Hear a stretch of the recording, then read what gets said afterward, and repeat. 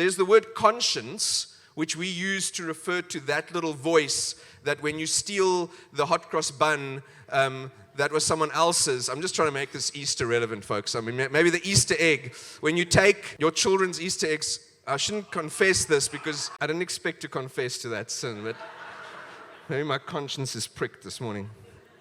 So that's your conscience.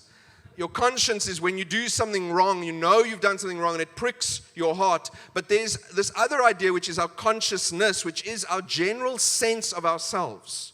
Our sense of the world. You can call that our worldview in some ways, but it's this part of our mind. We can even talk about the subconscious that informs who we really are and how we see ourselves in the world. And these two things are so closely linked.